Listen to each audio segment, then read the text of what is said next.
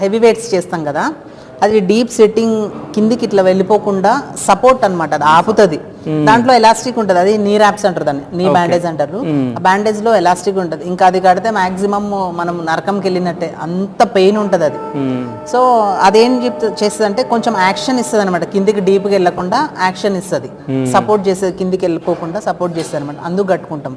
ఇక అది కట్టుకున్నప్పుడు మొత్తము ఇక్కడ మొత్తం బ్లడ్ అంతా క్లాట్ అయిపోయి అంతా ఒక 2 to 3 minutes కట్టుకొని ఉంటాం మేము లిఫ్ట్ అయిపోయే వరకు. సో ఆ 2-3 minutesలోనే ఒక 5 minutes అనుకో, ఇంకా మొత్తం మాక్సిమం ఒక 5 minutesలోనే ఇంకా మొత్తం ప్రాణం పోయినంత పని. ఊదినప్పుడు ఎట్లయితుంది, సో అట్లయితుంది. ఎప్పుడైతే బ్రీతింగ్ అయితే వదిలేస్తామో అప్పుడు రిలాక్స్ అయిపోతుంది. సో దానికి జాగ్రత్త తీసుకోవాల్సింది దానికి ఏముండదు.